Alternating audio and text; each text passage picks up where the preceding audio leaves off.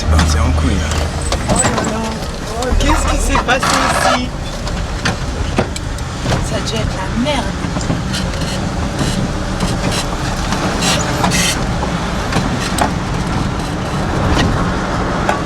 Pourquoi mon bled là, c'est Il y a le feu au blanc aussi. Merde, des CRS. Mais qu'est-ce qui se passe? Il y a des meutes?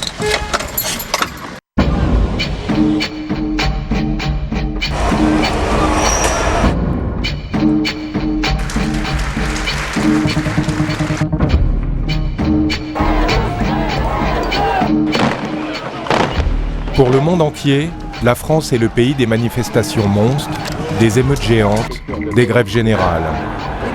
C'est un fait. De gauche comme de droite, aucun pouvoir n'a échappé à cette rue qui se fait champ de bataille, champ politique. Ça, c'est le devoir de l'État. Pourquoi ces flambées de violence? Comment surgissent-elles? Comment l'État réagit? Entre l'automne 2005 et le printemps 2006, deux grandes crises ont secoué la France. À elles seules, les émeutes des banlieues et la crise du CPE résument 50 ans de désordre et de maintien de l'ordre.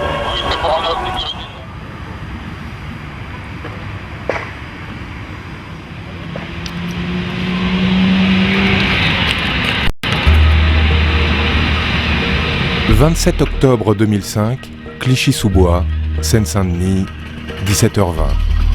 Tout commence par un match de foot, 10 adolescents reviennent. Je suis à Paris, intramuros. Je suis au bureau et je passe au service d'information. À 18h, je suis chez moi. J'étais au ministère de l'Intérieur, sans doute, oui. J'étais au parquet. Au même instant, la police est appelée pour le cambriolage supposé d'une baraque de chantier.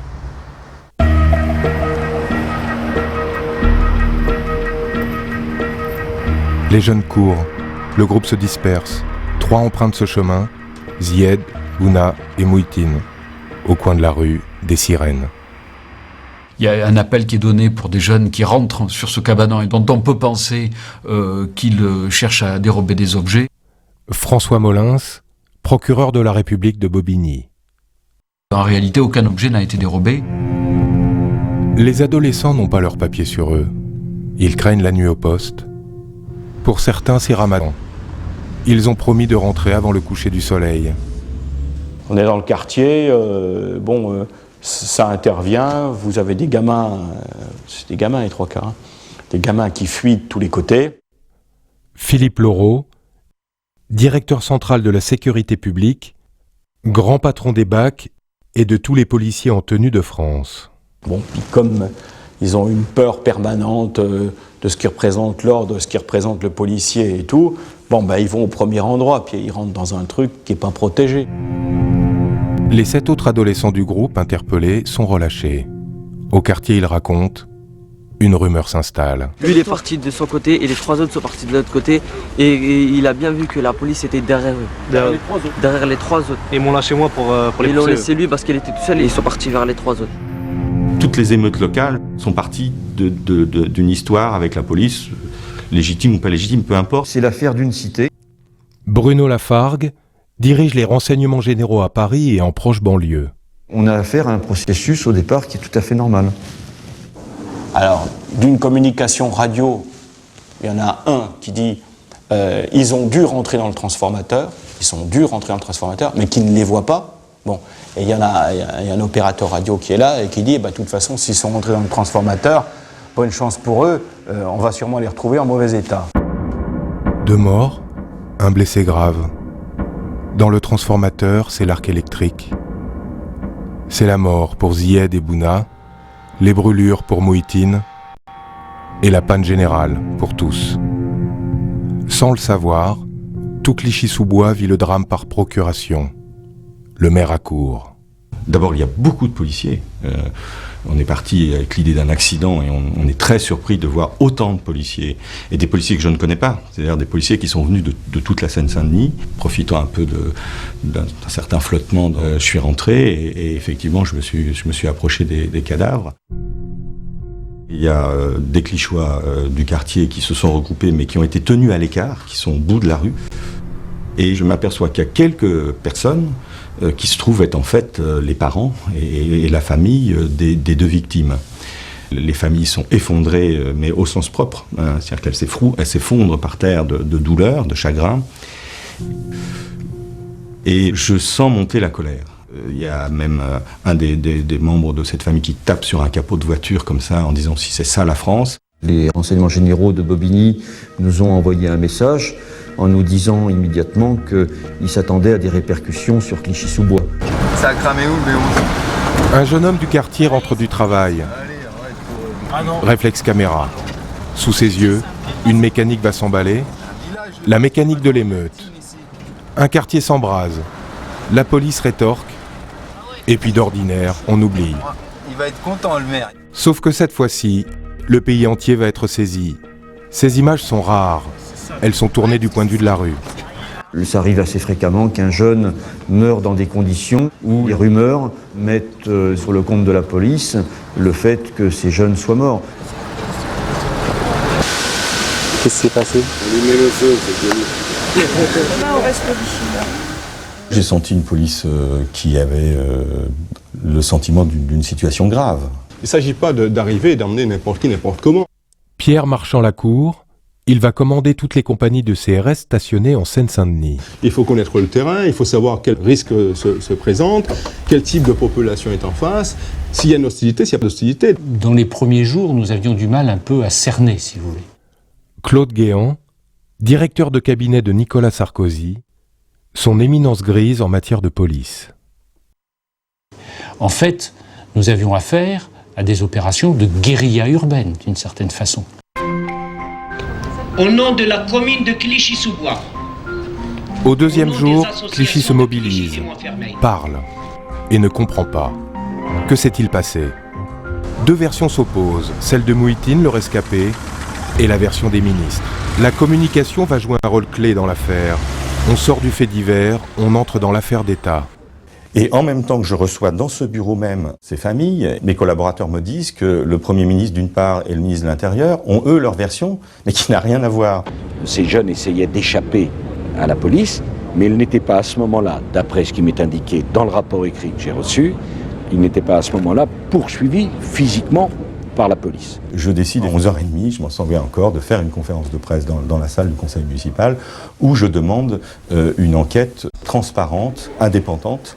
Monsieur Sarkozy est à Metz, mais j'ai son directeur de cabinet et je lui dis que je vais demander une enquête et il me dit « vous avez tout à fait raison » et d'ailleurs le ministre veut vous recevoir. Monsieur Sarkozy, dans son bureau à 18h, justement, en convient. Il dit effectivement qu'il doit y avoir une enquête, se contredisant un petit peu avec lui, mais moi je lui explique qu'on ne peut pas avoir de retour au calme tant qu'on n'aura pas dit ces choses-là et que je pense que c'est à lui de les dire, parce que je le dise moi c'est une chose, mais que le ministre de l'Intérieur le dise. Il est tout à fait d'accord avec moi et quand on sort de son bureau, il va devant des caméras pour dire je ordonne une enquête, etc. Mais il est 18h, 19h, c'est très peu repris à la télévision. Trop peu repris. Le soir, les échauffourées repartent 2 heures durant. La colère clichéoise est encore locale.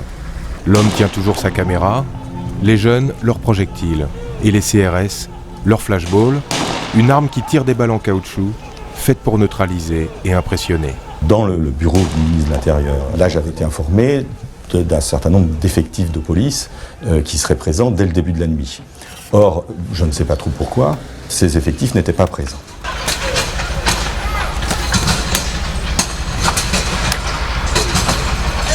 Ils ne sont venus que très très tard, et là, j'avoue qu'encore aujourd'hui, je n'arrive pas à comprendre pourquoi des ordres qui avaient été donnés en haut lieu, puisqu'il s'agissait des ordres du ministre de l'Intérieur lui-même, n'ont pas été respectés. J'ai même assisté à des CRS qui sont venus jusqu'à la caserne des pompiers, qui servait un peu d'état-major, et qui sont repartis parce qu'en fait, c'était pas la bonne compagnie de CRS qui devait être là. Vu les événements, moi ma première impression était plutôt une impression de cafouillage. Et là, l'évidence, c'est qu'il faut monter en puissance et il faut tenir.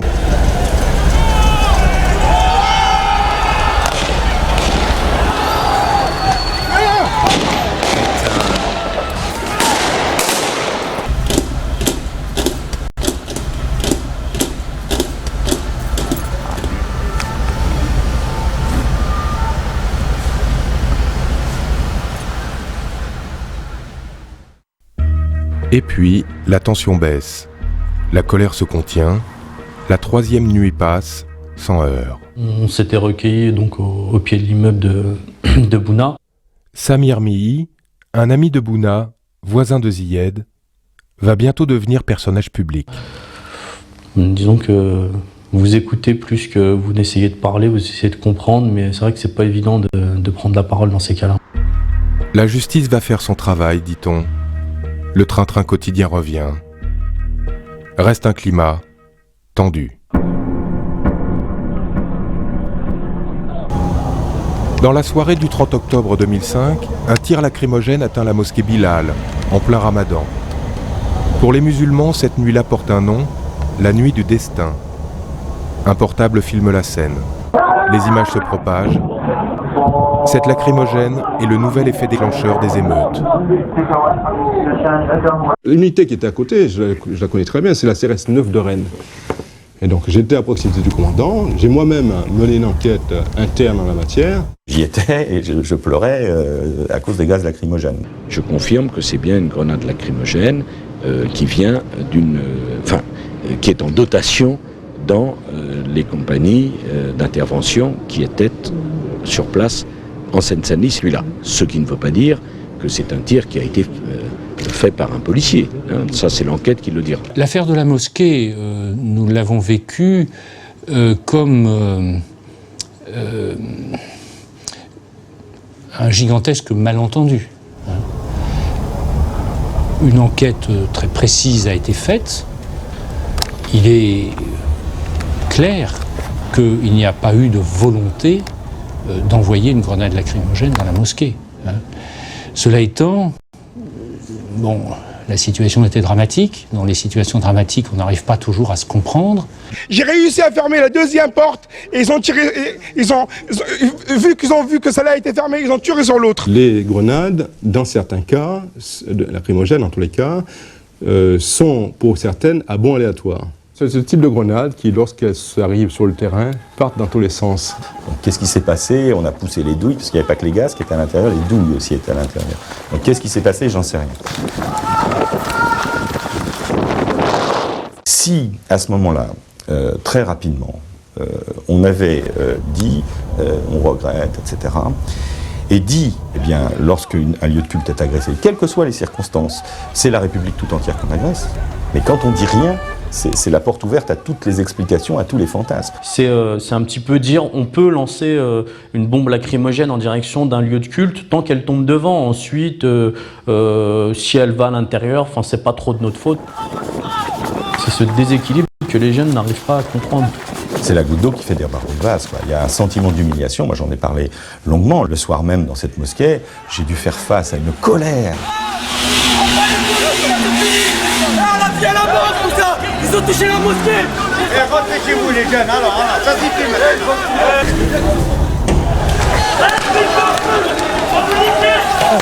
C'est grave.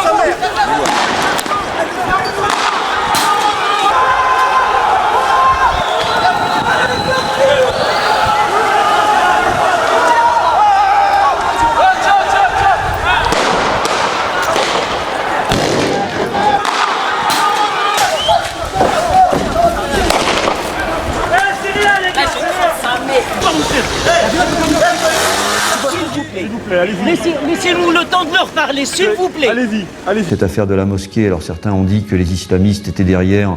On n'a recueilli aucun élément tangible nous permettant de mettre au compte des islamistes telle ou telle émeute. Eux, ils sont restés vraiment très très en retrait de cette affaire. Malgré elle, Clichy-sous-Bois redevient le centre de la France. Et la France regarde la télé. L'émeute du quartier devient enjeu national.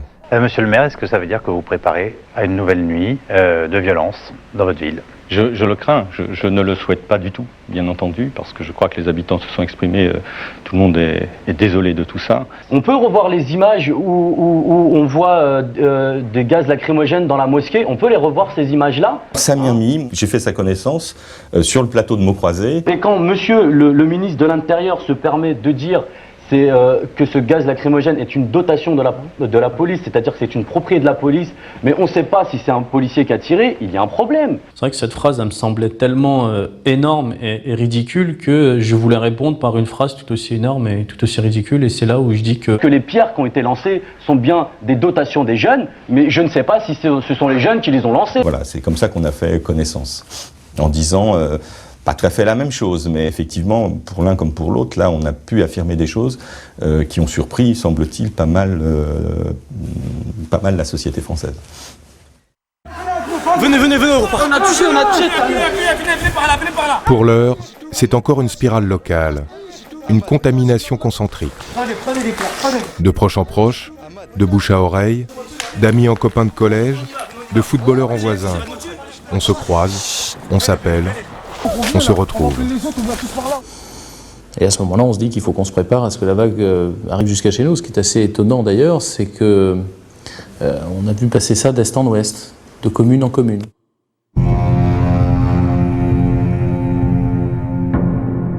Six jours après le début des événements, la police va commettre une sérieuse erreur d'appréciation.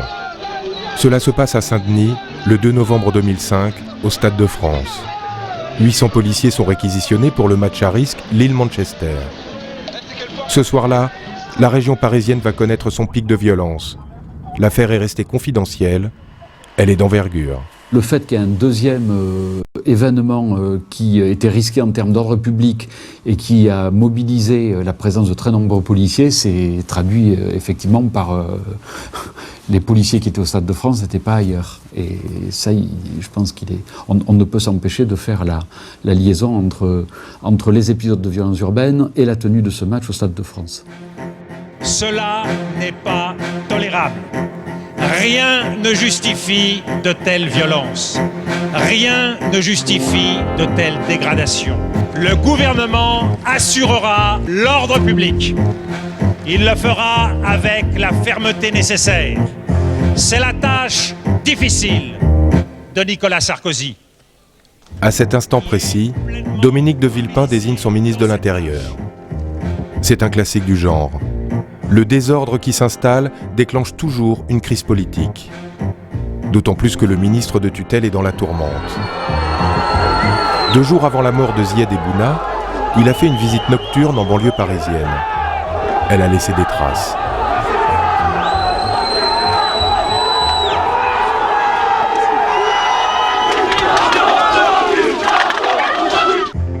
Nicolas Sarkozy annonce son plan anti-violence urbaine. Il est simple, c'est un choix policier, un choix politique. Les CRS qui étaient affectés à l'ordre public, aux manifestations, vont maintenant être affectés à ces quartiers. À Argenteuil, il est venu détailler sa vision du maintien de l'ordre dans la France des années 2000. Il n'y aura pas de débat, une phrase va tout changer. Effectivement, c'est ce soir-là que le ministre a prononcé le mot racaille. Une dame d'origine maghrébine, visiblement d'ailleurs, à sa fenêtre, dit « Monsieur Sarkozy, il faut nous débarrasser de ces racailles ». Et le ministre lui répond « Hein? Vous en avez assez, hein? Vous avez assez de cette bande de racailles. On va vous en débarrasser. Bonne soirée, hein ?» En cette fin octobre 2005, le mot résonne à Argenteuil, comme ailleurs. Bientôt, il va ricocher, dans les rues, à la radio, à la télé. Ces mots tournent en boucle. Des excuses de sa part, parce qu'on ne traite pas un groupe de jeunes, de racailles, de différents quartiers, n'importe quel quartier, alors qu'on ne les connaît pas. Le terme nettoyer au Karcher est un terme qui s'impose. On nettoie les trafics. On nettoie pas des gens. Parce que Sarkozy a dit pas quoi, mais un Karcher, et donc que la met ça prend la tête. C'est le propos de Sarkozy aussi. Arrête, ça suffit. Faut arrêter. Faut être plus intelligent que ça. Le ministre de l'Intérieur se trouve à son tour pris à son propre piège et pris dans le piège des mots. Les mots qu'il utilise sont des mots d'affrontement, sont des mots guerriers, sont des mots de guerre qui sont adressés à une partie de la jeunesse de ce pays. Soit il reconnaît la faute, ou en tout cas il pense qu'il y a faute possible, soit il tient bon parce qu'il considère qu'on est dans le discours de la guerre, qu'on a face à nous des ennemis et que face à des ennemis on ne reconnaît pas avoir tort. Je Je crains qu'il ait été pendant tous ces jours-là traversé par ce double sentiment. La gravité de la situation atteint Matignon. Dominique de Villepin veut s'imposer. Il exige de son intérieur de ministre qu'il affiche un visage d'ouverture. La rivalité entre les deux hommes a des incidences directes sur la gestion de la crise. Je reçois un coup de fil du préfet de la Seine-Saint-Denis pour me dire il faudrait que vous alliez place Beauvau ce soir avec des jeunes. Alors moi, cette commande me paraît un peu étonnante parce que je ne sais pas ce que c'est que des jeunes. Je ne sais pas ce que c'est que des jeunes. Alors on comprend que ce sont plutôt des médiateurs que le ministre veut voir.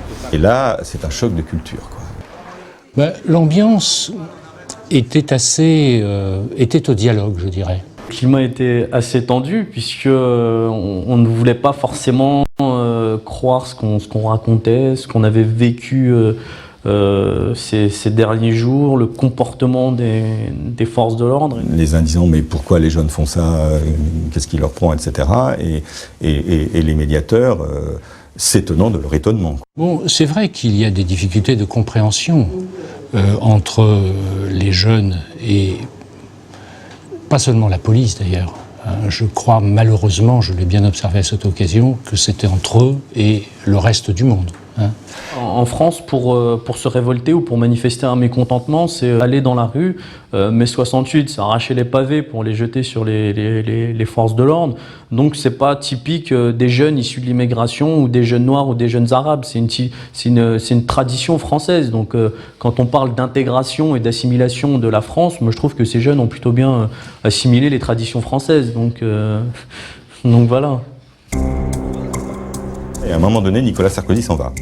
Il quitte la salle. Le ministre de l'Intérieur nous a laissé discuter, dialoguer directement et négocier aussi directement avec les différents chefs de la sécurité du département.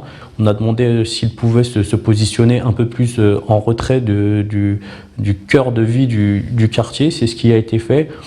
Et le calme est revenu progressivement. Ce soir-là, pour Clichy, le dialogue a suffi. Mais pour le reste du pays, trop tard. Cette incompréhension, ce monde contre monde, ce choc des cultures remonte à loin. Depuis Vaux-en-Velin en 1979, les émeutes urbaines sont bien une histoire française. Elles rappellent qu'une crise profonde atteint la France depuis 30 ans. Personne ne l'a résolue. Le désordre est entier, la violence fatale. Et pourtant, par leur portée, ces émeutes semblent surprendre le pouvoir. S'il faut faire descendre l'armée ou quelque chose comme ça, mais il va falloir trouver une solution. L'embrasement devient national. Le désarroi total. Bientôt, 11 000 voitures vont brûler. Près de 300 édifices seront touchés. 18 régions sur 22 sont atteintes. Autre fait occulté de ces émeutes, elles gagnent même les zones rurales.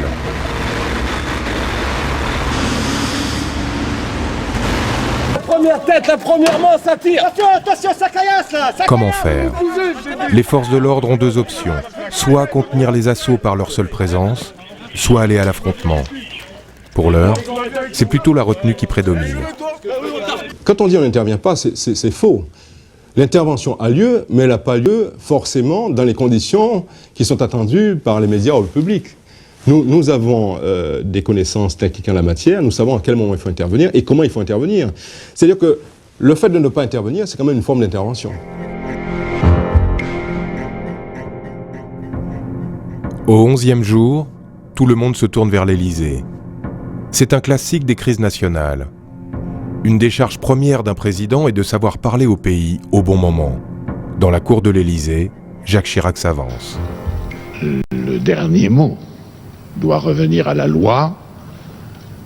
La République est tout à fait déterminée par nature à être plus forte que ceux qui veulent semer la violence ou la peur. 2 minutes et 4 secondes comme ça, comme absente, comme déconnectée, comme un De Gaulle en 68 ou un Mitterrand en 84 lors des manifestations pour l'école libre. Coup pour rien. La parole présidentielle n'a rien changé. À Matignon, on récupère le dossier, on improvise dans l'urgence une table ronde. Et on reçoit un coup de fil comme quoi on est convoqué à Matignon pour une réunion des maires. Alors, je me dis, c'est intéressant, on va me donner des pistes, m'aider. Le Premier ministre arrive et nous dit, écoutez, en résumé, mais ça a duré 2 minutes son intervention. Écoutez, messieurs les maires, vous voyez la gravité de la situation, nous ne savons pas ce qui arrive, nous ne comprenons pas pourquoi, et nous ne savons pas comment l'arrêter. Ben, je me suis dit qu'on était dans la mouise, hein, parce qu'on était déjà seul, et là où on était reçu au plus haut niveau de l'État, on n'avait pas l'impression qu'on allait l'être moins après. On est sorti de là, je vais le dire autrement, en se disant ça n'a pas servi à grand-chose, quoi. Et on a le sentiment que c'était plutôt pour la presse qu'on a fait ça, en disant, voilà, le Premier ministre a rencontré les maires de banlieue, point. Moi j'ai vu l'État, en tout cas c'est le sentiment que j'en garde, s'effondrer pendant quelques jours, sous la pression d'un certain nombre de types qui cramaient les voitures. On n'a pas le visage clair des personnes qui cassent, on ne sait pas. C'est une ombre qui agit dans la nuit. Voilà, et elle se cache par l'acheter. Elle ne veut pas se montrer, dire que c'est moi, j'en ai ras-le-bol. Elle s'exprime que par la violence.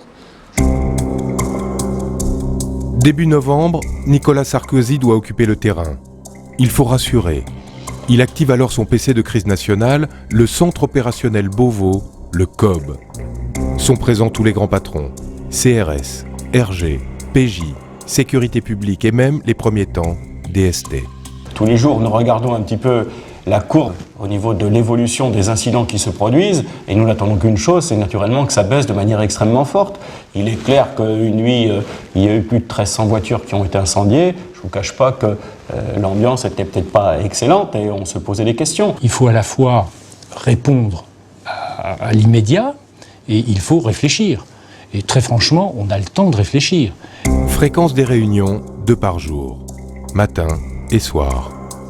Objectif, regrouper les informations et affiner de nouvelles stratégies. L'une de nos hantises, évidemment, c'était l'incident grave, et notamment la mort d'homme, et les consignes, l'encadrement, l'idée de manœuvre des unités ont toujours eu cette préoccupation à l'esprit. Même le maintien de l'ordre, ce n'est pas du réflexe, ça n'est pas de la démultiplication réelle de ce qu'on fait à l'entraînement, c'est précédé d'une réflexion importante et de nature politique. En haut lieu, ce temps nécessaire accroît la nervosité. Nicolas Sarkozy est contesté, Dominique de Villepin inquiet. Notre méthode, c'est la méthode du milieu fermé. Hein.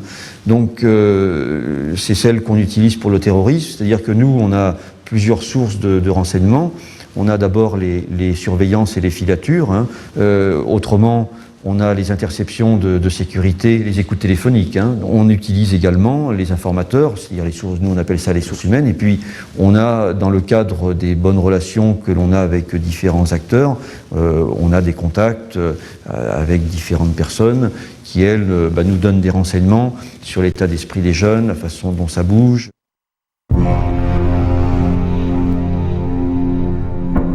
De quelle nature est la menace ? S'agit-il d'une volonté de déstabilisation de l'État ? D'une prise de pouvoir par la rue ? Qui sont ces ombres qui font foule, qui font émeute ? Nicolas Sarkozy avance son hypothèse. Ce à quoi nous avons assisté dans le département de la Seine-Saint-Denis cette nuit n'avait rien de spontané, était parfaitement organisé. Et ils sont où tous ces petits connards qui ont fait ça ? Le nombre d'émeutiers surprend, mais aussi leur cible. Sans porte-voix, sans revendication claire, sans figure ni stratégie, les émeutiers ne constituent pas un mouvement. Si ça avait été la Révolution, les jeunes, qu'est-ce qu'ils auraient fait ? Ils auraient été dans les quartiers riches, dans les centres-villes, se livrer à des pillages ou autres. En fait, où se sont produits les événements ? Ils se sont produits dans les quartiers difficiles, puisqu'il s'agissait de montrer que c'était eux les meilleurs dans leur quartier. Donc si on faisait brûler des voitures dans le centre-ville, ça servait à rien, c'était pas productif. Il y a donc comme une logique folle dans les objectifs. On s'en prend aux écoles, aux crèches et aux maternelles surtout, bien plus qu'au collège ou au lycée. La raison est territoriale et tactique. Les lycées sont souvent loin, les écoles toutes proches. Il y a un peu plus de 60% des jeunes qui ont été interpellés qui n'étaient pas connus. Dont on sait aujourd'hui qu'ils étaient souvent en situation de décrochage scolaire, voire d'absentéisme, qu'ils développaient souvent des problématiques, certaines dans leur rapport avec l'institution, et qu'ils n'avaient pas fait l'objet de signalement, alors que pour une bonne partie d'entre eux, on pense qu'ils auraient dû en faire. L'attaque des entrepôts obéit, elle aussi, à des modes opératoires plus raisonnés qu'il n'y paraît. À l'écart des villes, moins surveillés, ils sont faciles à saccager et servent à leur tour d'exutoire commode. On le sait de par certaines écoutes téléphoniques dans certaines affaires. On sait que certains incendies relativement importants contre des entreprises ont été allumés par des gens qui disaient se plaindre de refus de stage lorsqu'ils avaient sollicité ces entreprises. J'ai eu une promesse d'embauche dans une grande boîte à Roissy. Et je suis parti récupérer mon badge, on m'a refusé mon badge. Pourquoi? Parce que j'ai fait une connerie qui date il y a 4 ans de ça. J'avais des larmes aux yeux, j'aurais dit mais comment ça? Vous me refusez mon badge alors que j'ai une promesse d'embauche. Ça peut changer une vie. Dans un rapport inédit, le parquet de Paris se demandera 1 an plus tard comment penser qu'il s'agit d'un hasard. Comment ne pas faire un lien entre ces lieux d'enseignement, de culture et d'emploi, tous 3 vecteurs de promotion sociale. Le moment où le désespoir, ou l'absence de perspective d'avenir et la difficulté du quotidien devient tel, et ça n'excuse rien, que les gens se mettent à faire n'importe quoi. Pour, pendant quelques heures, quelques jours, se donner le sentiment de retrouver la maîtrise de leur propre vie. Les jeunes ont dit, ils ont expliqué que c'était purement ludique. Ils ont fait ça pour s'amuser. Il y avait aussi la violence comme mode de mise en scène, où on a eu effectivement ce phénomène qui était assez généralisé, où les jeunes auteurs d'infractions se mettaient en scène devant les véhicules qui brûlaient en se faisant prendre en photo avec les téléphones portables. Chaque soir au journal télévisé, c'est un rituel. Des voitures en flammes et des chiffres en flèches, des images comme des slogans incertains, des indices de la colère, comme le nombre de grèves renseigne sur le social. Fascination du feu, puissance des images, écran de fumée. Tout concourt à entretenir l'idée fausse d'un mouvement structuré, unifié, synchronisé. D'ailleurs, on voyait que pendant le journal de 20h, les choses se calmaient. Ils allaient regarder la télé, puis ça recommençait derrière. Les télés du monde entier affluent. C'est le grand cirque jusqu'au jour où CNN se trompe et met Toulouse à Strasbourg, Lyon à Limoges et Cannes à Perpignan. Comme si vraiment la France était toute retournée. Pour les renseignements généraux, c'en est trop. Après une semaine d'émeutes, une note propose de mettre un frein à cette surmédiatisation. Certaines chaînes de télévision s'exécutent, des radios embrayent.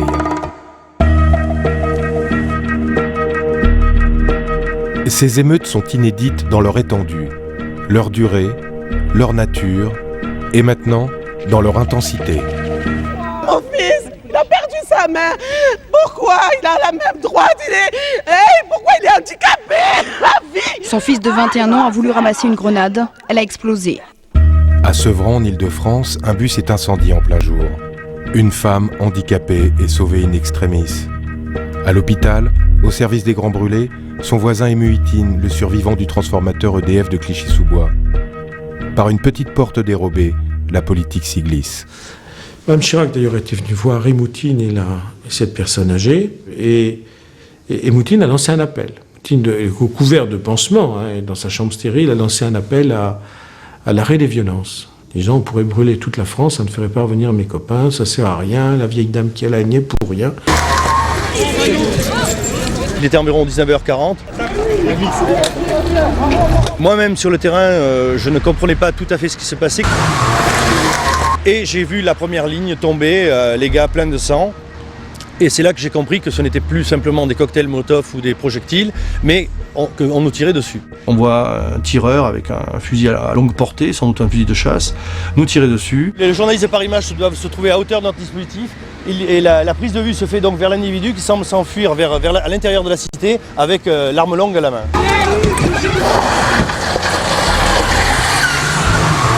La une de Paris Match. La visite à l'hôpital, le soir même, de Nicolas Sarkozy. La dramatisation est à son comble. La sidération, alors, s'abat sur un pays qui se fait face, qui doute. De part et d'autre, la fatigue se fait sentir. C'est aussi l'heure des premières bavures policières. À la sortie du commissariat de la Courneuve, cette scène. Le jeune homme en blanc est rattrapé par un policier. Jeté à terre, il est roué de coups par 2 d'entre eux sous les yeux de leurs collègues. L'IGS, la police des polices, a vu ces images. Elle a immédiatement mis les 8 fonctionnaires en garde à vue. Une scène qui en rappelle d'autres. Comme le passage à tabac de Rodney King, prélude aux émeutes de Los Angeles en 1992. Souvenir que Dominique de Villepin livrera lui-même sur CNN. Many people also said that the riots in the ghettos, if you like, in the suburbs, I'm not sure you can call them riots. It's very different from the situation you have known in 1992 in LA, for example. You had at that time 54 people that died. You had 2,000 people wounded. In France, during the 2 weeks period of unrest, nobody died in France. Les soirées de feu se succèdent, tout le monde s'adapte. Les émeutiers aux policiers, les policiers aux émeutiers, et ces deux hommes s'évitent du regard. Nicolas Sarkozy vacille. Et si les choix stratégiques étaient mauvais? Et si la gestion de l'ordre n'était pas seulement qu'une technique, une intelligence des mouvements de foule? Au ministère de l'Intérieur, on se dit maintenant prêt. Le plan anti-violence urbaine annoncé à Argenteuil avant les émeutes est désormais opérationnel. La police va changer de tactique. Les CRS vont agir par petits groupes et non plus en grande compagnie. Nicolas Sarkozy assume, la mise en scène est soignée. Alors je vous demande un certain nombre de choses. C'est sa dernière carte.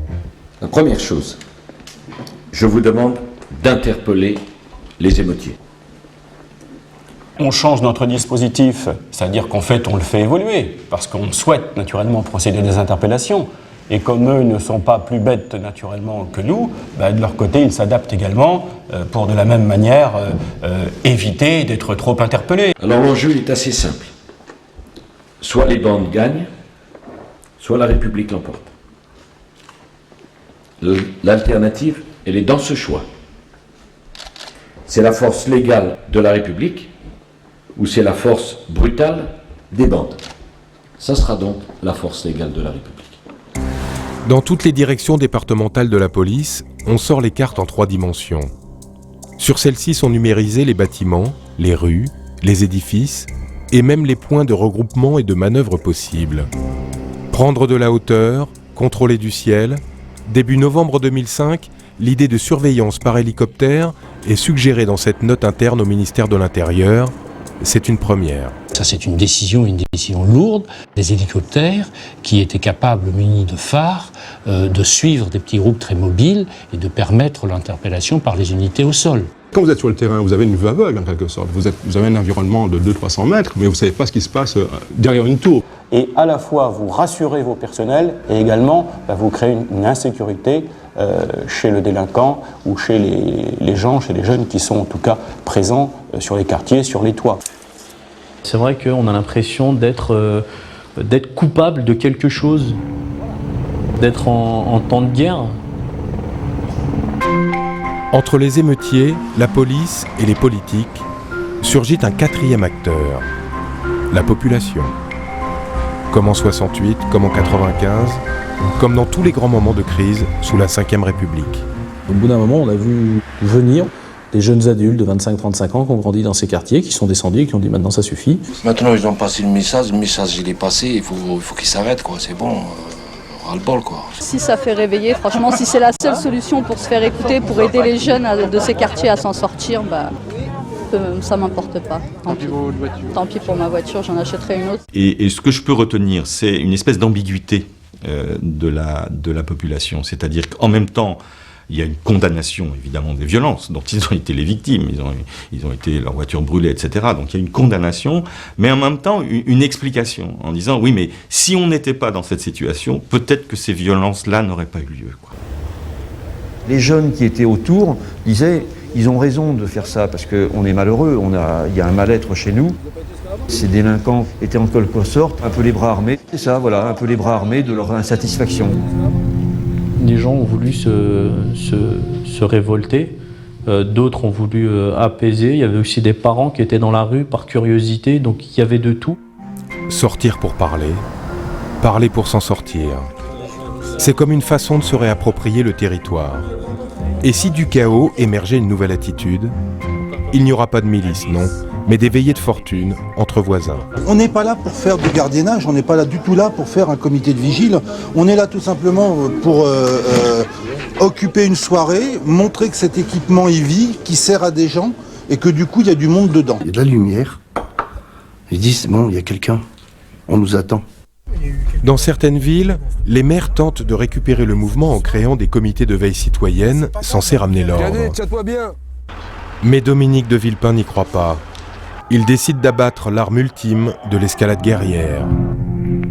Le Conseil des ministres a adopté ce matin un décret sur la base de la loi de 1955 autorisant les préfets, sous l'autorité du ministre d'État, ministre de l'Intérieur, à mettre en œuvre des mesures de couvre-feu. Dominique de Villepin a gagné. Il a battu son ministre de l'Intérieur en termes d'image. En réalité, la bataille des émeutes était déjà finie.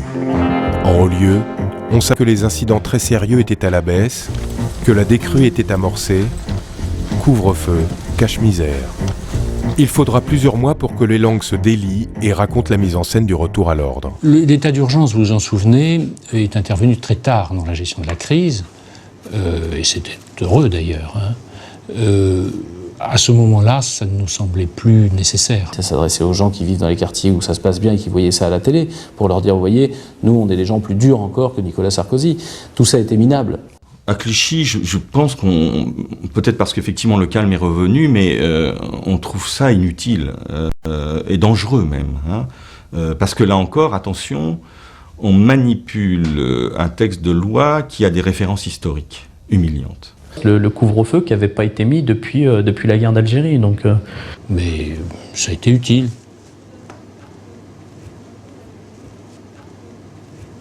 Ça n'a pas été inutile. 3 semaines après les premiers affrontements, le retour à la normale est enfin annoncé. Le maître étalon, c'est le nombre de voitures incendiées par nuit. La société française considère qu'une centaine de véhicules brûlés, c'est la norme. À la mi-novembre 2005, la norme est atteinte. Qu'est-ce qu'on entend par retour à la normale ?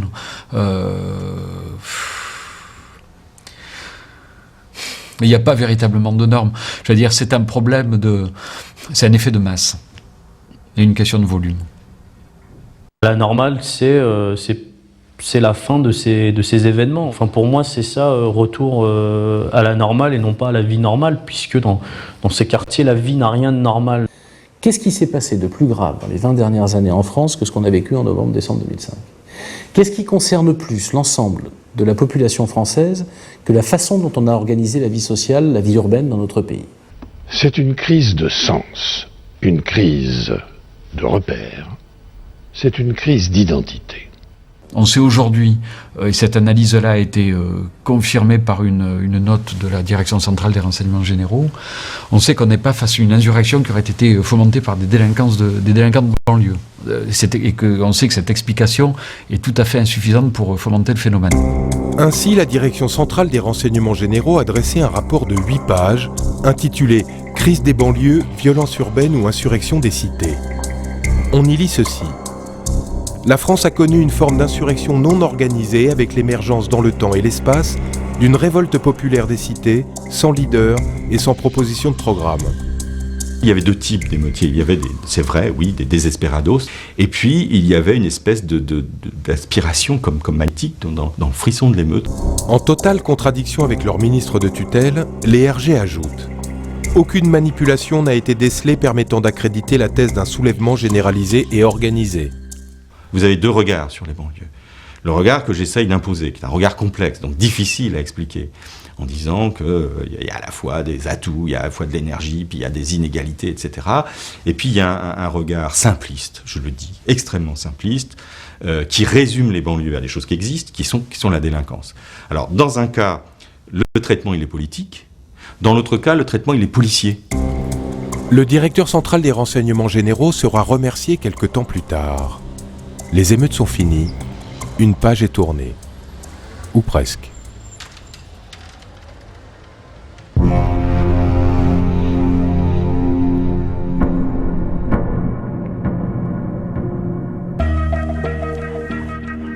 Comment répondre à la crise des banlieues qui a agité la France pendant 3 semaines, pendant les mois de novembre et décembre? Après l'action de fermeté, les arrestations, voici le volet social. Janvier 2006, Dominique de Villepin lance ce qu'il appelle la bataille pour l'emploi. Sa loi pour l'égalité des chances est une réponse directe, dit-il, aux émeutes de banlieue. Elle prévoit la création du contrat première embauche, un contrat à durée indéterminée, assorti d'une période d'essai de 2 ans.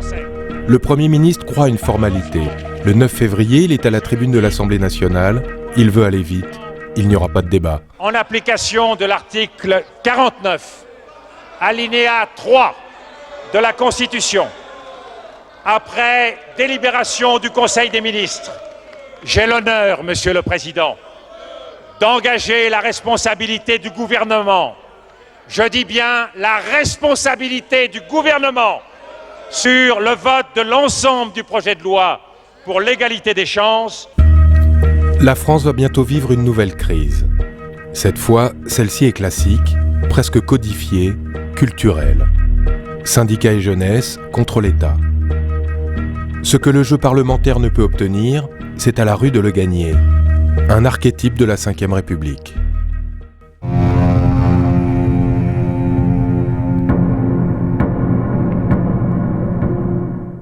La veille de l'annonce du CPE, je reçois un coup de fil de Matignon. Ce que je leur ai dit, c'est que c'était pas en banlieue que cette fois les voitures brûleraient, mais que ce serait en centre-ville, qu'il fallait qu'ils prennent la mesure d'une mobilisation qui prendrait de l'ampleur sur cette question.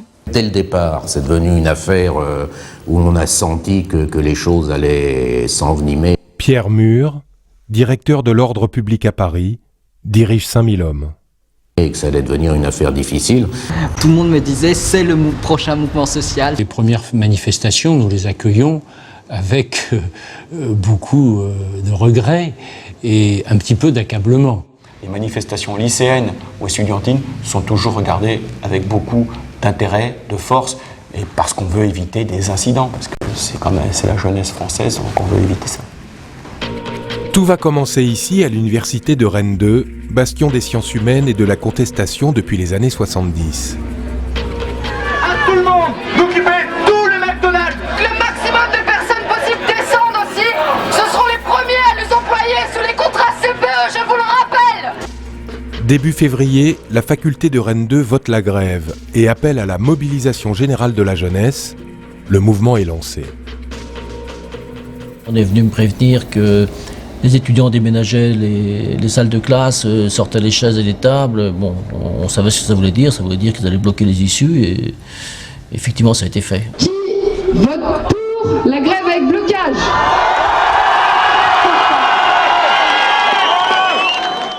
Et il nous en fallait au moins une. Bruno Julliard, président de l'UNEF, principal syndicat étudiant. Pour que ce soit l'étoile que les autres universités allaient prendre en exemple et allaient suivre. La fronde anti-CPE va toucher Toulouse, Grenoble, Poitiers. Là, on brûle des voitures en carton. Clin d'œil aux émeutiers de novembre, mais clin d'œil seulement. Ce que ces derniers n'ont pas fait, les étudiants le feront, s'organiser pour prendre la rue. Une coordination nationale étudiante se constitue. Elle se méfie des syndicats traditionnels qui tentent, eux, de piloter le mouvement. Les premières facs parisiennes sont bloquées à leur tour. C'était des gens qui avaient l'expérience de leur organisation. Delphine Bouenel, étudiante à Paris, deviendra l'une des porte-paroles de la coordination nationale étudiante. Une expérience militante, une expérience syndicale ou politique. C'était l'apprentissage de ce que c'est un mouvement, comment est-ce qu'on se mobilise, comment est-ce qu'on crée une AG, comment est-ce qu'on mène une AG. Ça a une apparence de désordre alors que c'est très très organisé derrière, quoi. Tous ceux qui sont pour la continuation d'une mobilisation contre ce CPE va mettre tout le monde par terre. Alors, il faut voter pour le blocage à durée indéterminée. Ce classique de l'agitation étudiante a une règle de base. Chaque semaine, tout le monde dans la rue. Il faut se compter, puis doubler la mise la semaine suivante. La logique de la pression est érodée. Le cap du million dans la rue est franchi le 7 mars. Invisible pendant les émeutes, la gauche réapparaît. Contrairement à celle des banlieues, la forme de ce mouvement est fédératrice. Dans ces cas-là, toute opposition s'en empare pour affronter le pouvoir. Dans la rue, on chante, à l'Assemblée, on s'empoigne, parfait miroir d'un pays qui aime se regarder dans la contestation. Votre politique a une apparence, l'ordre et l'inflexibilité. Mais elle a une réalité, la flexibilité et le désordre. Monsieur Hérault, la peur n'est pas une politique. L'illusion n'est pas une politique. Pendant que la province mène le combat, à Paris, la préfecture de police surveille la mobilisation. Cette préfecture est un lieu unique au monde. Autonome, puissante, elle est un État dans l'État. On a une section qui s'occupe des phénomènes sociaux. On a des contacts avec les organisations syndicales, et là on ne vient pas masquer, on leur dit voilà, on est des renseignements généraux. Quand on parle par contre des éléments violents, c'est le problème de sections beaucoup plus spécialisées qui, elles, vont travailler en milieu fermé et qui vont suivre les mouvements d'extrême gauche lorsqu'ils sont à potentialité violente pour suivre les éléments violents. Avant une manifestation, le préfet va nous demander combien il va y avoir de manifestants, est-ce qu'il y aura des incidents et comment les incidents vont survenir. Donc il faut lui décrire en quelque sorte à l'avance le scénario. Et malgré tout ce dispositif, une faille. Au cœur de Paris, la Sorbonne. Le 8 mars 2006, elle est occupée. Le mouvement bascule. Une fois qu'on avait pris la Sorbonne, une fois que la Sorbonne était à nous, on avait tout gagné, quoi. D'abord parce que c'est un nom qui est connu dans la France entière, dans le monde entier, et parce qu'il y a eu mai 68 et les images de l'occupation de la Sorbonne en mai 68. Dans les amphis, cette espèce de mémoire collective, un peu arrangée, un peu glorifiée, dont on ne garde finalement que les bons souvenirs. étudiants et enseignants réunissent. Donc très vite, des barricades, des tables, des chaises. Des tables, des chaises. 50 étudiants déterminés. C'était pas vraiment prévu. Tom, étudiant à Paris 1, sera l'un des premiers à occuper la Sorbonne. On n'avait pas vraiment de nourriture, on n'avait pas vraiment de couverture. Je suis vraiment sur la ligne de 3 strates. Hein. Les étudiants, militants, anti-CPE, élus de syndicats, qui avaient une attitude tout à fait de contestation institutionnelle. Au-dessus, il y avait les militants politiques plus durs. On a retrouvé pas mal de souvenirs de Gênes, qui est un grand moment de la contestation intermondialiste. Et puis encore au-delà, les révolutionnaires professionnels, et ceux-là, ils étaient vraiment violents. Chaque jour, une fac de plus est occupée en France. À Rennes 2, on a bon. Son président ne procède pas à l'évacuation. C'est une tradition française, celle de la franchise universitaire qui remonte au Moyen-Âge et complique le jeu du pouvoir. Comme les églises ou les ambassades, les lieux de savoir sont des sanctuaires. Je crois encore, disons, à la possibilité de réguler les conflits dans l'université par la négociation, sans intervention policière, qui en plus ici aurait été catastrophique. Imaginez un escadron de police contre 7000 étudiants à l'intérieur du campus, mais c'était détruire le campus.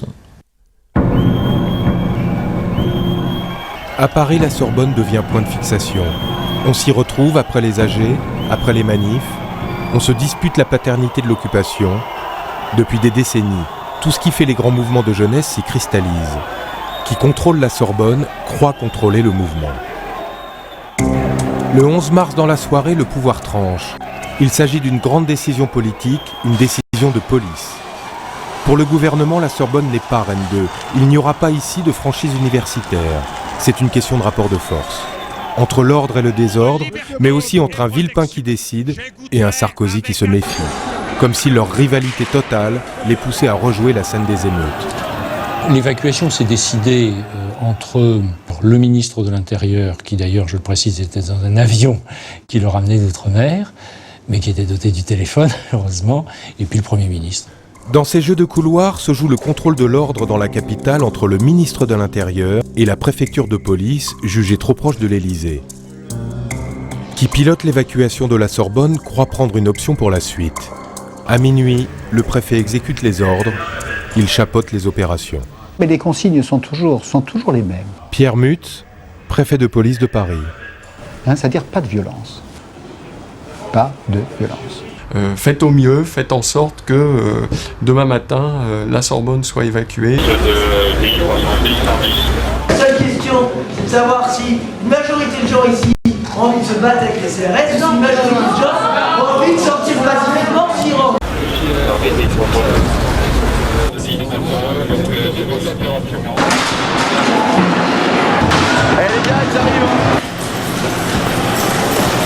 Des barricades avaient été confectionnées et ils étaient eux derrière, ils nous attendaient avec les extincteurs. On allait se faire prendre, donc autant jouer le tout pour le tout. J'avais pris un mégaphone, On va vous laisser sortir! passer un certain nombre de messages, leur dire qu'il n'y aurait pas d'interpellation. Ça sert à rien d'écouter ce qui se dit.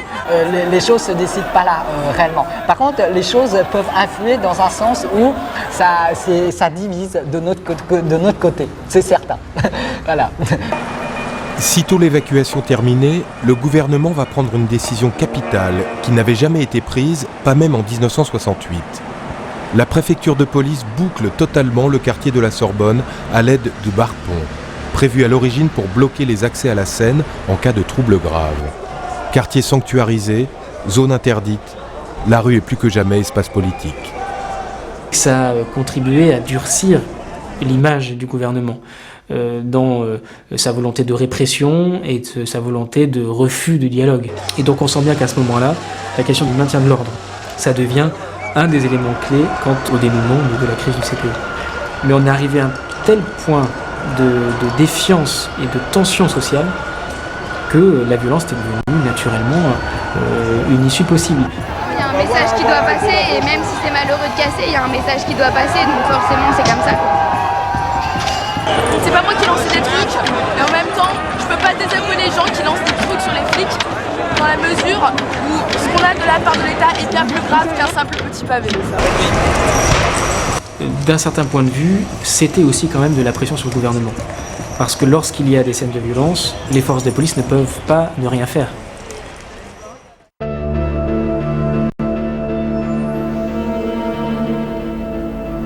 Quand la France s'embrase, c'est aussi cela, la mémoire et l'héritage, le frisson de la rue, les clichés qui défilent et l'ivresse qui remplit les consciences collectives.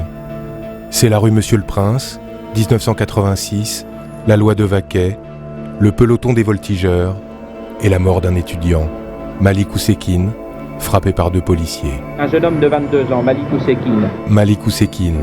Ses initiales se confondent avec celles du maintien de l'ordre. Dès le début du mouvement anti-CPE, la hantise de la bavure va mettre tout le monde sous pression. Cette situation ne devait pas dégénérer, ça paraît évident. Dans l'affaire de 1986, la responsabilité des forces de l'ordre avait été engagée. On ne peut pas se permettre d'avoir naturellement encore un mort, un jeune, dans une affaire de cette nature. L'histoire du maintien de l'ordre est jalonnée d'événements un peu difficiles, un peu compliqués. Malheureusement, il y a eu cet événement, c'est sûr. Mais c'était un tournant, en fait. Ça nous a souvent freinés pour intervenir sur des manifestants qui se comportaient de façon violente. Il faut à tout prix éviter ce genre de choses. Mais on n'est jamais à l'abri d'un problème qui peut se poser au cours des manifestations. Vous savez, c'est comme quand vous roulez en voiture, vous avez toujours un risque que vous prenez.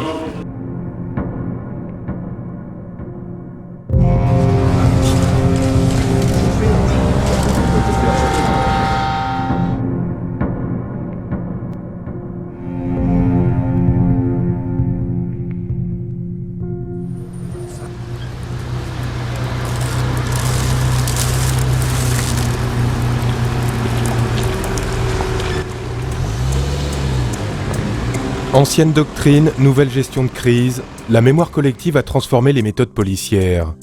Ainsi, l'actuelle tenue ultra-défensive des CRS remonte à 1994, à Rennes déjà, quand des marins-pêcheurs ont utilisé contre eux des harpons, des fusées lance-amarres et que le Parlement de Bretagne fut incendié.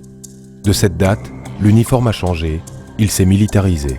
Aujourd'hui, le maintien de l'ordre est conçu, non pas pour disperser violemment, avec le risque que cela peut avoir, les manifestations. Philippe Lamy, chargé des questions de sécurité à la mairie de Paris, présent à tous les rassemblements.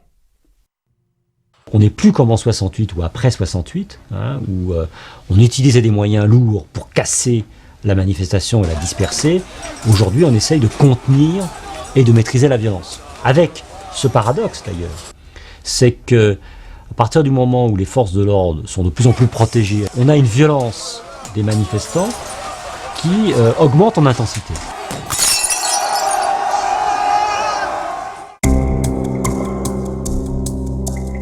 Il va de soi que je soutiens totalement et sans réserve l'action conduite par le Premier ministre et par le gouvernement français. Le 16 mars, nouveau rendez-vous national et nouveau succès pour les étudiants. Mais à Paris, la dispersion se déroule mal. On assiste au premier phénomène de dépouille. Violence aux personnes, violence aux biens, violence avec la police. Une manifestation, c'est aussi quelque chose de très symbolique et de très codé. Je veux dire, il y a un code à respecter entre d'un côté les organisateurs et de l'autre côté ceux qui sont chargés du maintien de l'ordre. Le tournant du mouvement se joue sur ces quelques mètres carrés, au carrefour Sèvres-Babylone.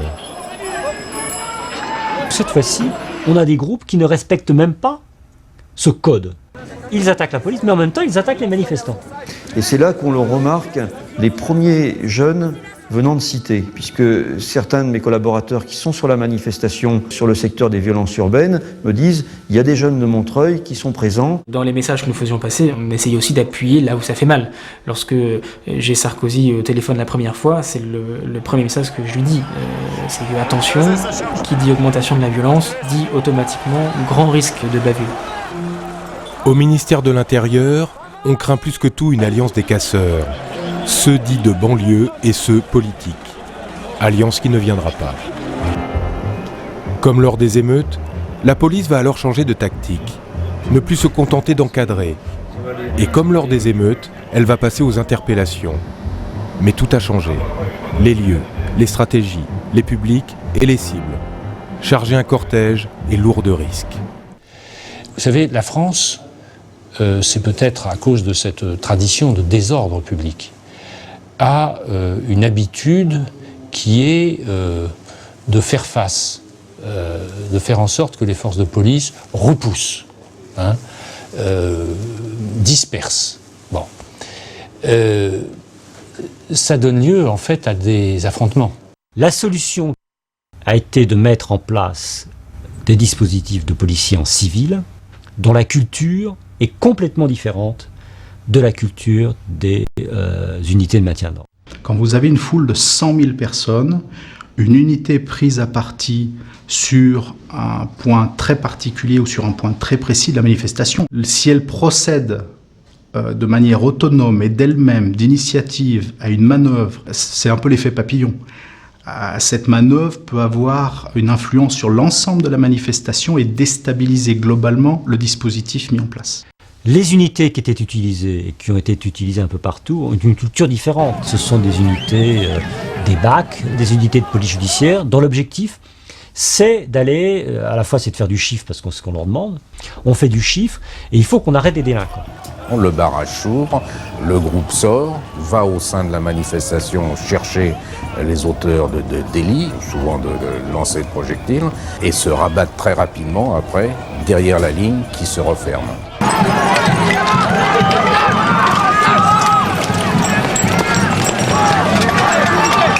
Et donc on a vu ces scènes un peu contradictoires, où on avait d'un côté des unités en uniforme qui cherchaient à protéger et à contenir la manifestation et à éviter qu'elle dégénère, et de l'autre côté des unités qui cherchaient à arrêter des manifestants, avec parfois un mélange des genres, avec des badges des organisations, avec des badges de la LCR, de la CGT, du Parti communiste, avec parfois d'ailleurs un mélange de badges qui était un peu curieux.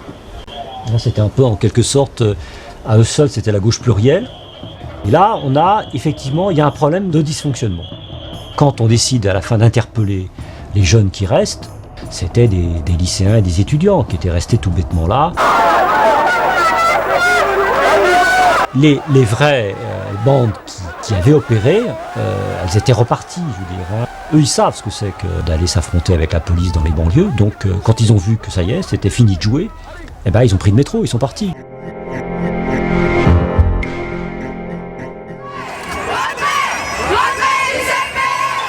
18 mars. c'est la manifestation du samedi, celle où l'on va en famille. Ça aurait dû être tranquille, c'est pourtant l'heure du drame, l'heure de la bavure, tant redoutée, qui peut tout court-circuiter et contraindre le gouvernement à démissionner. En fin de journée, les gendarmes grenadent la place de la Nation à Paris. C'est l'effet papillon. La foule se retourne contre eux, un homme s'écroule. Alcool, coups policiers, piétinement, fatigue, Cyril Ferrez tombe dans le coma. Il est membre du syndicat Sud. L'histoire est connue. Pourtant, elle a mis près de 36 heures à être rendue publique. Pendant ces longues heures, la vie de Cyril Ferrez était en jeu, l'avenir du gouvernement aussi. C'est le pépin, oui, bien sûr. Oui. Donc, là encore, il a été évité de justesse. De justesse. Le pépin majeur.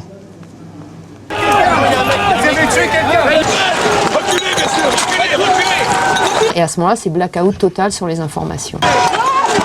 Il n'y a eu aucune information qui est sortie sur son état, sur le lieu où il était, et y compris sa famille n'a pas été informée. Mais il faut voir, quand vous gérez une manifestation, vous ne faites pas un communiqué pour dire qu'il y a un blessé. Enfin, vous occupez d'abord de soigner le blessé, hein, et puis d'essayer de comprendre. Je pense que là, il y a eu une volonté, alors à quel niveau, évidemment, je n'en sais rien, de faire en sorte que l'information ne sorte pas. Vous savez, il faut mettre un peu de bon sens dans les choses.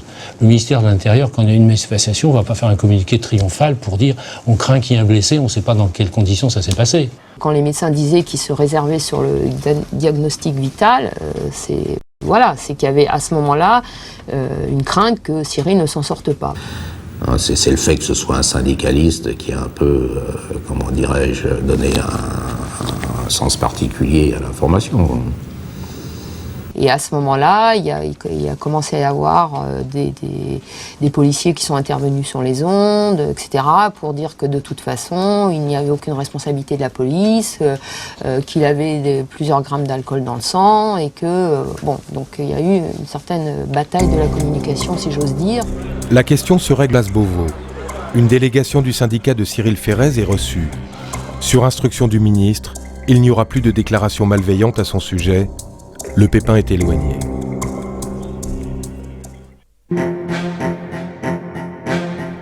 Combien de gouvernements ont sauté dans des situations similaires? Jacques Chirac le sait.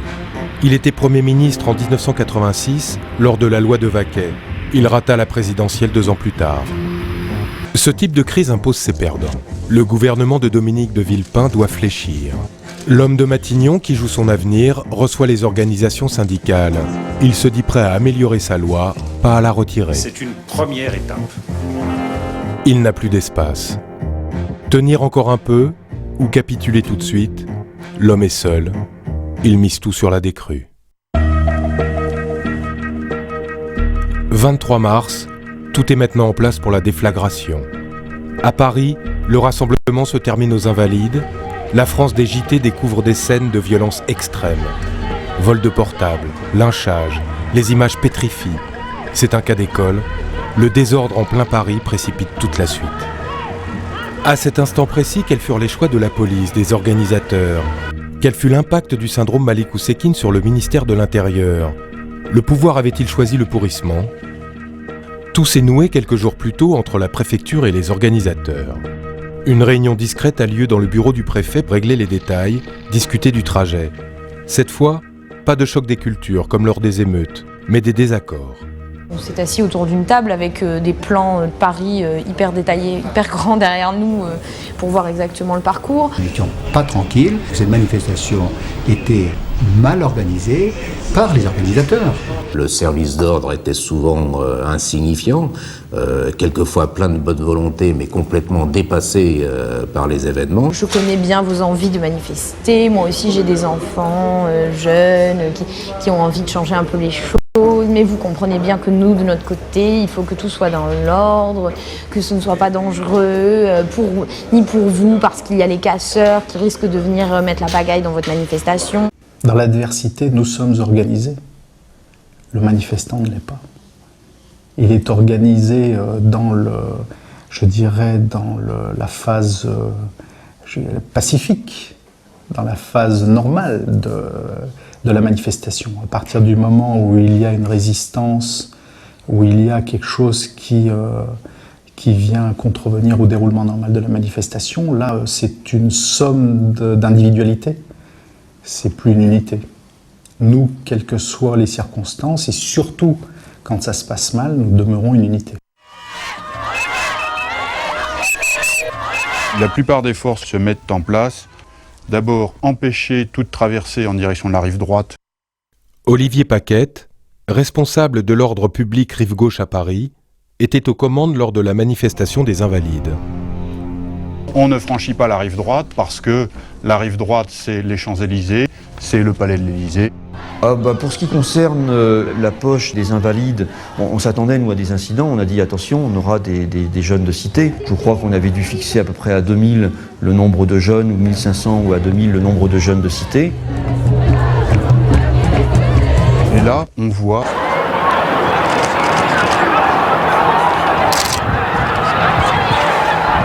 On a une nébuleuse de voyous qui n'ont pas d'animation politique, hein, qui ont uniquement une animation acquisitive.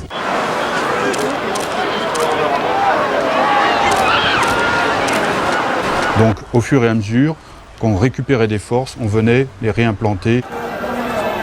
Entre le moment où on nous dit « bon, ok, vous intervenez », et le début de l'intervention, il s'écoule une dizaine de minutes. C'est la merde là-bas!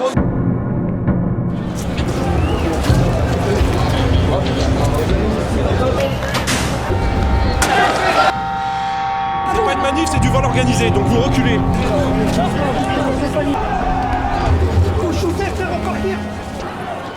Ces débordements ne sont pas une première. Ce qui saisit, c'est leur intensité. Une intensité voisine de celle des émeutes de l'automne, sauf que la comparaison s'arrête là. En novembre 2005, pas de scène de pillage, pas d'affrontement entre gens du même âge. On a pu peut-être retrouver certains jeunes qui étaient apparus dans le cadre de violences urbaines, mais ce n'est pas le cas de tous. Une friction entre populations, voilà, c'est des événements qui on va dire, qui amènent la peur. Dans un mouvement social. Ça part aussi de notre point de vue, enfin de notre part, de ma part, d'une erreur d'analyse, hein, tout simplement, parce qu'on a pensé que l'esplanade des Invalides, c'était des espaces verts, qu'il n'y avait pas grand-chose à piller, pas de magasins, et donc on n'a pas anticipé le fait que sur les Invalides même, il pouvait se passer des choses entre eux. Tout ce qui s'est passé, c'était prévisible. Mais entre prévisible et géré, c'est un autre problème. La possibilité de l'instrumentalisation de la violence ou de l'insécurité dans les cortèges ou dans les universités, très tôt on m'a mis en garde contre ça, en me disant attention, le gouvernement utilisera cette possibilité-là. Non, écoutez, c'est trop facile d'avoir des considérations générales. C'est vraiment sur le terrain que ces affaires-là se gèrent. Ça n'est pas devant un poste de télévision, dans un salon ou dans son bureau. Nous avons des policiers qui sont des gens compétents, expérimentés, responsables. Bon, je ne dis pas qu'il ne peut pas y avoir parfois une erreur d'appréciation, c'est extrêmement difficile, bien entendu. Mais que n'aurait-on pas dit si une intervention intempestive avait provoqué une émeute, aurait provoqué une bataille rangée? La majorité lâche Dominique de Villepin. Il a perdu. Son adversaire tient sa revanche sur les émeutes de l'automne. En coulisses, Nicolas Sarkozy négocie le retour à l'ordre avec les syndicats, seuls capables de canaliser les manifestations. Il en profite pour leur faire passer un message. Il leur dit son hostilité au CPE. Le désordre frontal de la rue pulvérise l'ordre feutré des ministères. Les jours du CPE sont comptés. Sarkozy a pris l'initiative de contacter les services d'ordre des organisations syndicales. Les organisations syndicales en ont discuté entre elles. On ne voulait pas que soit utilisé le fait que les services d'ordre n'auraient pas voulu être dans une posture de dialogue, y compris avec le ministre de l'Intérieur, même si on n'était pas dupes. Je ne crois pas que lui était grandement compétent pour organiser la manifestation dans ses détails. En revanche, il a pu après faire une déclaration pour dire qu'il avait discuté avec l'ensemble des syndicats au moment où il n'y avait aucune discussion entre le gouvernement et les syndicats. Le 28 mars, 2 à 3 millions de personnes descendent dans la rue partout en France. Du jamais vu depuis les grandes grèves de 1995. À Paris, en fin de manifestation, le ministre de l'Intérieur fait une brève incursion. Il s'affiche, satisfait, le retournement est complet. Depuis plusieurs semaines, des interrogations, des appréhensions, des critiques.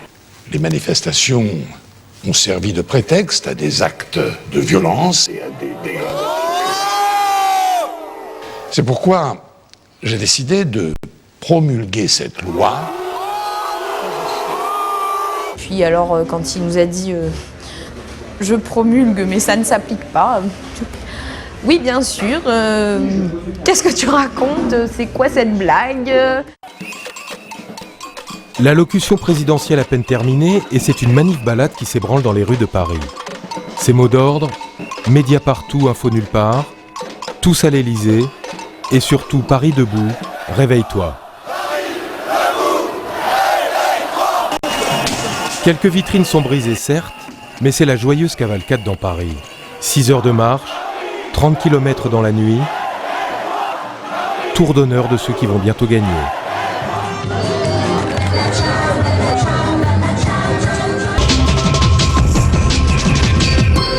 Bonsoir à tous, merci de votre attention. Voici les titres de l'actualité de ce lundi. Et d'abord le dénouement dans la crise du CPE, le contrat première embauche est supprimé. 10 avril 2006, c'est terminé. La France vient de vivre 2 crises majeures en moins de 6 mois. Elle se réconcilie avec elle-même, tant bien que mal. Comme un murmure, cette gêne. Les services d'ordre des syndicats étudiants font des services d'ordre hyper compacts autour des cortèges. Et si t'es pas dedans, tu peux circuler que entre les cortèges. Et donc moi j'ai cette image des gars qui sont dans une manifestation et qui sont entre des cortèges avec cette image de relégation à l'extérieur de la mobilisation, qui n'est pas sans rappeler la relégation des quartiers dans lesquels ils habitent, et que on s'est pas posé plus longtemps la question de comment, même à moyen terme, on intègre tout ça dans une dynamique commune et on crée de la cohésion sociale si on considère qu'il y a des choses communes à mettre en avant, en l'occurrence l'avenir d'une jeunesse. Et que ne pas aller au bout, c'est aussi insulter notre propre avenir, c'est-à-dire de se résigner à l'idée qu'on ne pourra plus vivre ensemble. Finalement, tout le monde a envie de conclure un peu rapidement sur ce qui s'est passé, à la fois aux Invalides, à la fois quand on a resserré les services d'ordre pour empêcher, entre guillemets, les mecs de banlieue, hein, parce que je dis entre guillemets parce qu'il y avait quand même plein de lycéens de banlieue qui manifestaient, donc la stigmatisation y a allé à fond sur cette logique-là. C'est cela la France. Un pays où parfois la rue gagne politiquement, mais perd policièrement. Ce sont les émeutes de 2005, la crise du CPE de 2006 qui se croisent sans se regarder. Des moments de crise extrême, jamais tout à fait résolus, jamais tout à fait terminés. Parce que la résolution des conflits par l'ordre n'efface jamais totalement les raisons du désordre.